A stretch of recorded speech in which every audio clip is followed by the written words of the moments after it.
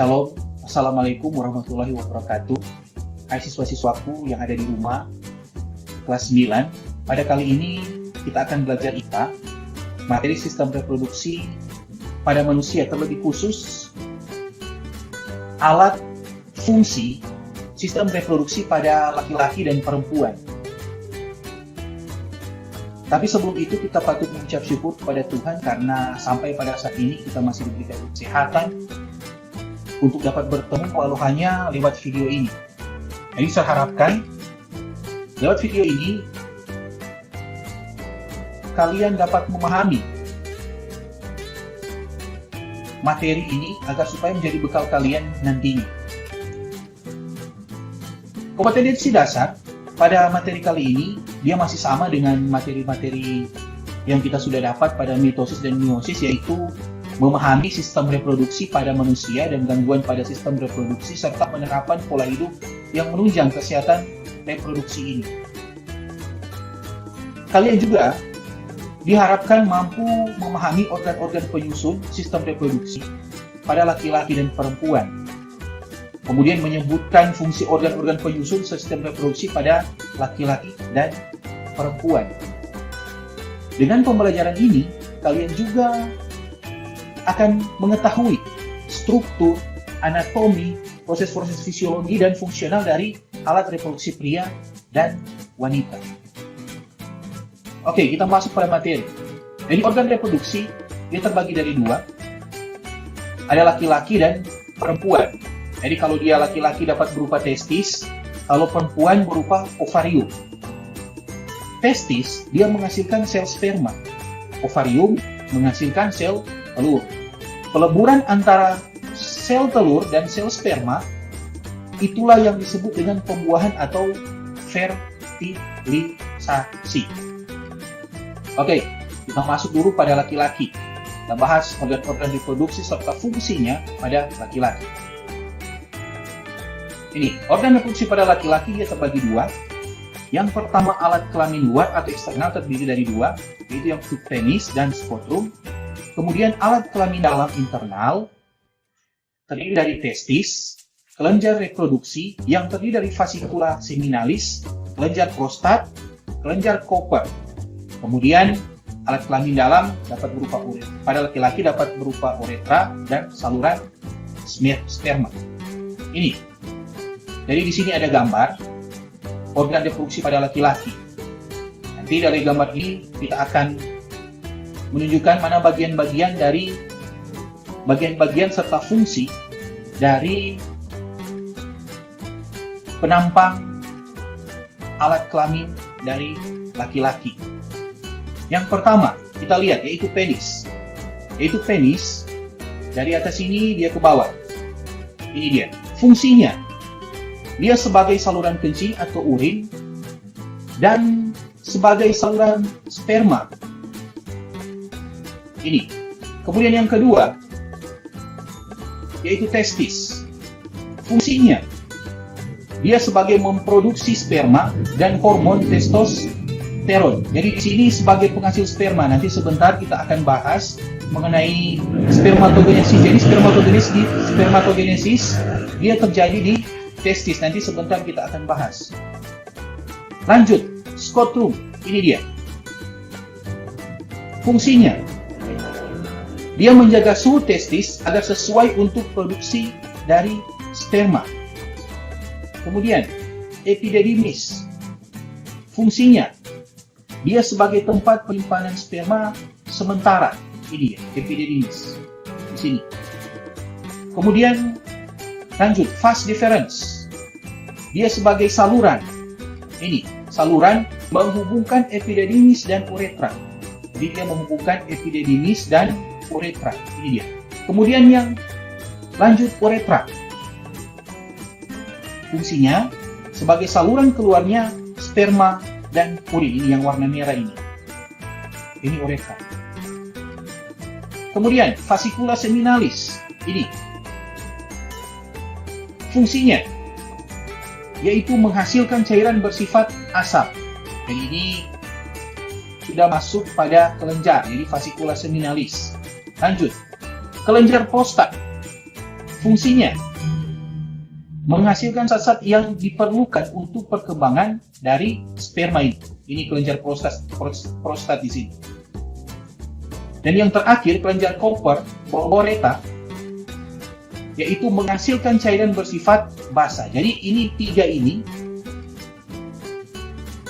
dia merupakan kelenjar fascicula seminalis, kelenjar prostat, kelenjar Cooper Bolboreta. Ini dia kelenjar. Jadi sperma dia dihasilkan di testis. Ini. Kemudian ada skrotum yang membantu untuk menjaga suhu sampai dia keluar dari penis. Oke. Ini yang terjadi pada laki-laki. Dia yang disebut dengan spermatogenesis. Jadi saya sudah singgung tadi, spermatogenesis ini terjadi pada laki-laki. Jadi kalau perempuan lain lagi. Jadi spermatogenesis dia proses pembentukan sperma. Jadi proses pembentukan sperma itu terjadi di testis. Terjadi di testis. Jadi ini, coba lihat. Ini gambar ini. Ini. Jadi proses pembentukan sperma biasa disebut dengan spermatogenesis. Jadi sel sperma ini terjadi di dalam tubulus seminalis. Ini dia. Ini tubulus seminalis. Ini epididymis. Ini testis ini. Kemudian testis ini dipotong iris melintang seperti ini gambar. Kemudian tubulus dia berasal dari kata tubula, yang artinya saluran. Sedangkan kata seminalis berasal dari kata semen, yang artinya sperma. Jadi tubulus seminalis adalah saluran panjang yang berkelok-kelok tempat pembentukan sperma. Ini dia. Dia berkelok-kelok dia saluran. Kumpulan tubulus ini sebenarnya dia merupakan struktur yang membentuk dari ini, testis. Gambar. Perhatikan dari gambar ini. Proses pembentukan sperma pada saluran tersebut terjadi secara bertahap. Diawali dari sel induk sperma atau biasa disebut dengan spermatogenium. Coba perhatikan gambar ini. Spermatogenium yang bertahap. Kemudian diawali dengan sel induk sperma atau bersifat diploid 2N ini, spermatogenium. Selanjutnya, sel spermatogenium ini mengalami pembelahan secara mitosis maupun meiosis dan mengalami apa yang disebut dengan diferensiasi atau perkembangan sehingga terbentuk sel sperma atau spermatozoa. Ini dia. Jadi dia ada proses dari spermatogenium kemudian jadi spermatozoa. Ini. Dari atas kemudian jadi spermatozoa. Ini. Jadi coba pahami ini gambar ini. Bentuk sperma seperti ini. Ini dia. Dia ada kepala. Ini bagian leher ini. Kemudian dia ada badan, kemudian dia ada ekor. Ini. Ini dia bentuknya sperma seperti ini. Tapi kalau untuk 3 dimensi gambarnya seperti ini. Ini. Jadi ini ekor ini dia berfungsi untuk memberikan energi ke badan dan kepala agar supaya dia dapat menembus ovum. Ini. Oke, kita lanjut. Kita masuk pada organ reproduksi dari perempuan. Organ reproduksi pada perempuan dia terbagi dua lagi. Kalau laki-laki terbagi dua, perempuan juga terbagi dua. Jadi alat kelamin luar eksternal dan alat kelamin dalam biasa disebut dengan internal. Alat kelamin luar dia terdiri dari vulva. Kemudian yang kedua, alat kelamin dalam terdiri dari saluran. Di sini ada saluran kelamin, kemudian ovarium. Saluran kelamin terdiri dari 3 juga. Saluran telur atau biasa disebut dengan tuba fallopi, rahim, dan vagina. Ini dia. Organ reproduksi pada perempuan. Penampangnya seperti ini. Ini. Kita lihat bagian-bagiannya dan fungsinya. Yang pertama ovarium. Fungsinya. Jadi ovarium ini dia menghasilkan sel telur. Di ovarium dia terbagi dua ini. Jadi ada kiri dan kanan. Di ovarium bagian kiri dan kanan. Ovarium ini kalau di laki-laki dia terjadi pembuatan sperma di testis, tetapi kalau di wanita dia terjadi di ovarium yang biasa disebut dengan oogenesis. Di sini dia terjadi di sini. Oke, lanjut. Kemudian tuba fallopi. Ini dia menghubungkan antara ovarium dan rahim. Ini ovarium dan rahim. Ini dia. Jadi ovarium dan rahim. Di sini rahim. Ini. Ketiga, infundibulum. Ini. Jadi dia merupakan struktur berjumbai dan merupakan pangkal dari tuba fallopi. Pangkalnya ini. Kemudian uterus atau rahim.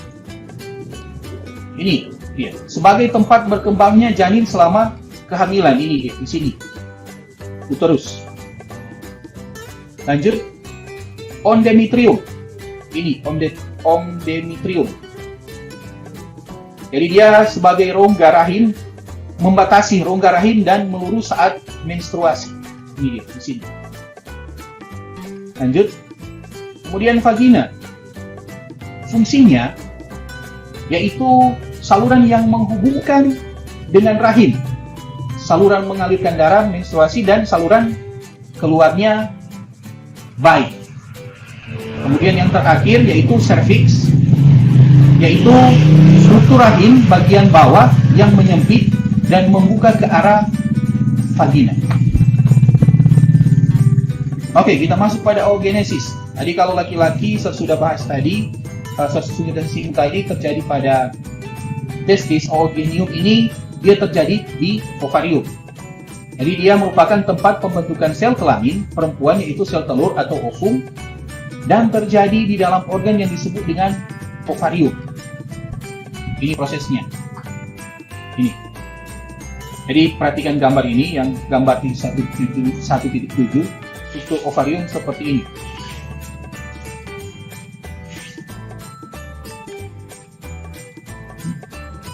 Jadi gambar ini dia merupakan proses pembentukan sel kelamin perempuan, ini yang disebut dengan oogenesis atau ovum, dan terjadi di dalam organ yang disebut dengan ovarium. Jadi dia berbeda dengan spermatogenesis yang dimulai ketika anak laki-laki mulai puber. Kalau laki-laki spermatogenesis itu terjadi sekitar 10-14 tahun.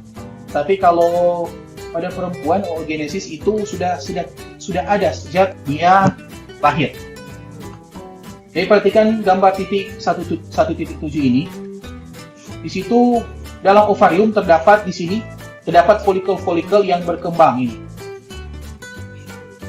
Terdapat folikel yang berkembang, kemudian dia berukuran kecil dengan calon bakal sel telur di dalamnya. Jadi kemudian folikel dan bakal sel telur ini semakin lama dia semakin besar. Ini gambarnya, folikel sel telur. Kemudian oogenesis dimulai saat seorang perempuan berada dalam kandungan. Ini sudah singgung tadi. Jadi sel primordial yaitu sel ovum. Ini, perhatikan ini. Ini akan membelah secara mitosis membentuk oogenium atau sel induk telur yang bersifat diploid atau 2N. Jadi kalau mitosis itu 2N, kalau meiosis itu 4N. Orang sudah pelajari itu. Jadi selanjutnya akan terjadi pembelahan secara bertahap, baik pembelahan mitosis maupun meiosis. Dan akhirnya peristiwa oogenesis dari satu sel induk telur akan dihasilkan satu sel telur ovum yang bersifat haploid N dan 3 badan polar polosit. Ini dia.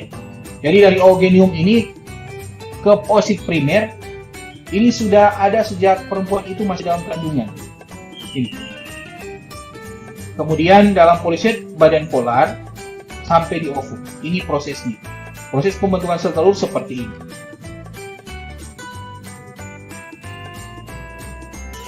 Oke. Demikian pembelajaran kita pada saat ini. Kita akan merangkum materi ini. Yang pertama, struktur organ reproduksi manusia terdiri atas organ reproduksi atau alat kelamin luar dan kelamin dalam. Kemudian, alat kelamin antara laki-laki dan perempuan dia berbeda. Jadi kalau dia pada laki-laki, alat kelamin luar adalah penis dan skrotum, dan alat kelamin dalam meliputi testis, saluran sperma, uretra, dan kelenjar reproduksi. Kemudian pada anak laki-laki yang berusia 13 atau 14 tahun, ini memproduksi sel kelamin laki-laki yang disebut sperma dan hormon testosteron. Proses pembentukan sperma ini disebut spermatogenesis. Ini. Jadi kalau pada laki-laki dia namanya spermatogenesis. Spermatogenesis ini dia sebagai pembentukan sperma. Jadi pembentukan sperma ini dia terjadi pada testis. Kemudian hormon testosteron memiliki banyak fungsi. Dia antara lain, jadi mengatur perkembangan dan fungsi alat kelamin laki-laki, mengatur perkembangan siri kelamin sekunder. Kemudian pada masa ini anak laki-laki sedang mengalami masa puber. Jadi masa puber itu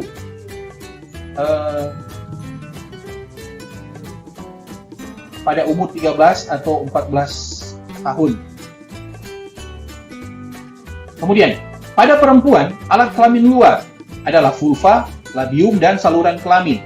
Sedangkan yang termasuk alat kelamin dalam yaitu ovarium, saluran telur, atau tuba fallopi, rahim uterus, dan dari vagina.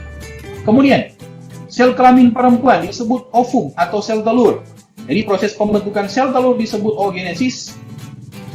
Oogenesis ini terjadi di ovarium, dimulai pada saat seorang wanita berada dalam kandungan. Jadi kalau pria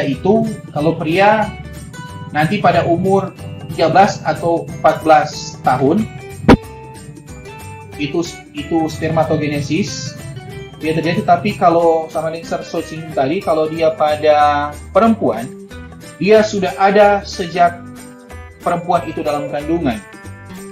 Jadi kalau ovarium menghasilkan hormon perempuan yaitu estrogen dan progesteron. Jadi kalau laki-laki menghasilkan hormon testosteron, dan kalau pada perempuan dia menghasilkan hormon estrogen dan progesteron. Oke, tugas. Jadi tugas ini sama dengan materi-materi sebelumnya. Jadi di belakang itu saya kasih tugas.